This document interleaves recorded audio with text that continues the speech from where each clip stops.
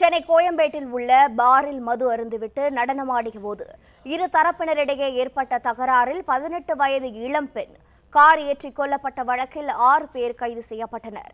விவரங்களோடு இணைப்பில் இருக்கிறார் செய்தியாளர் கதிரவன். கதிரவன், வணக்கம். தற்போது கைது செய்யப்பட்டிருக்கக்கூடிய 6 பேரின் பின்னணி என்னென்ன பிரிவுகளில் வழக்கு பதிவு செய்யப்பட்டிருக்கிறது? முதலில் இந்த சம்பவத்தின் பின்னணியை விவரிங்க.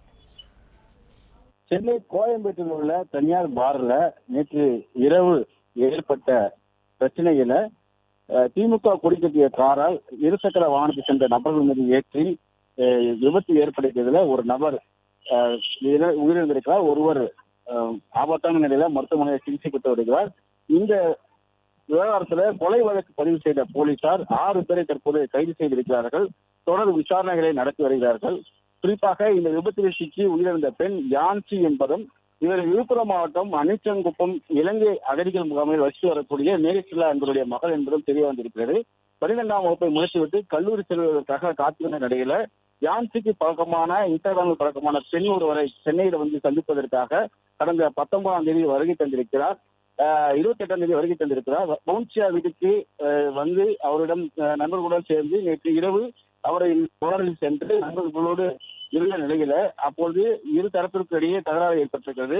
குறிப்பாக எதிர் தரப்பை சேர்ந்த நபர்கள் பெண்களிடம் பேச்சு கொடுத்த போது யான்சி கூட இருந்த நபர்களுக்கும் அவர்களுக்கும் வாக்குவாதம் ஏற்பட்ட தகராறுல பாரில் இருந்து பவுன்சருக்கு வெளியேற்றியதாகவும் பின்னர் பார்க்கிங் பகுதியில் வந்து பிரச்சனை ஏற்பட்ட போது அங்கிருந்து அனைவரையும் வெளியேற்றிய நிலையில் தான் இருசக்கர வாகனத்தில் சென்ற நபர்கள் காரின் மீது கற்களை தூக்கி வீசியதனால ஆத்திரத்தில் காரை கொண்டு இருசக்கர வாகனத்தில் சென்ற நபர்கள் மீது ஏற்றி கொலை சம்பவமானது நடைபெற்றிருக்கிறது. இதில் யான்சி சம்பவ இடத்தில் உயிரிழக்க மற்றொரு பெண் 17 வயது பெண் கீழ்ப்பாக்கம் அரசு மருத்துவமனையில் ஆபத்தான நிலையில வந்துட்டு சிகிச்சை பெற்று வருகிறார். விசாரணை நடத்தியதுல சுமன் சக்திவேல் என்ற நபர் தான் காரை இயக்கி கொலை செய்ததாகவும் தங்களோடு காரில் 6 நபர் இருந்ததாகவும் ஏற்கனவே பாலகுரு என்ற நபர் கைது செய்யப்பட்ட போது அவர் தெரிவித்திருந்தார். அதன் அடிப்படையில் தற்போது சுமன் சக்திவேல் உள்ளிட்ட 6 நபர்களையும் போலீசார் வந்துட்டு கைது செய்திருக்கிறார்கள்.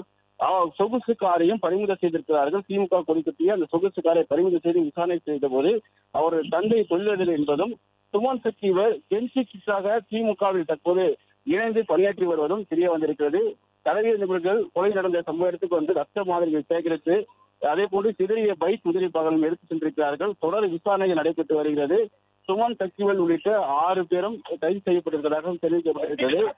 குறிப்பா இந்த விபத்தில் உயிரிழந்த யான்சி 18 வயது நிரம்பிய சிறுமி, அதே போல காயமடைந்தவர் 17 வயது சிறுமி. இவர்கள் வந்துட்டு பாரிலும் தங்களுக்கு 20 வயது என்று ஆதார் கார்டுகளை காண்பித்து உள்ளே சென்றதாக போலீசார் தரப்புல தகவல் தெரிவிக்கப்பட்டிருக்கிறது. பிளே ஸ்டோர் மற்றும் ஆப் ஸ்டோரில் இருந்து பாலிமர் செயலியை QR கோடு மூலம் பதிவிறக்கம் செய்யுங்கள். செய்திகளை உடனுக்குடன் பெறுங்கள்.